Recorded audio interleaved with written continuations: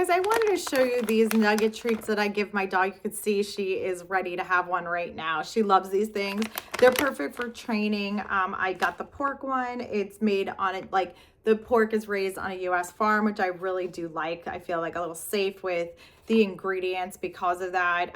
Let's see, it has oats, vegetable, barley flour, dried apples, and dried pork liver, and that is it.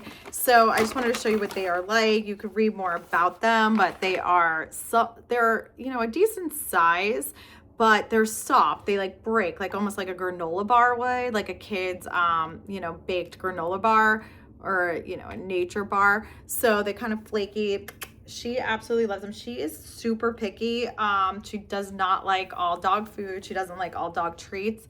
She is not like a dog that will just eat anything. She kind of puts her nose up at stuff, but she absolutely loves these. So I find them really great for helping her like train and just giving her a little treat throughout the day. I feel safe with it, and I'm really happy with this product.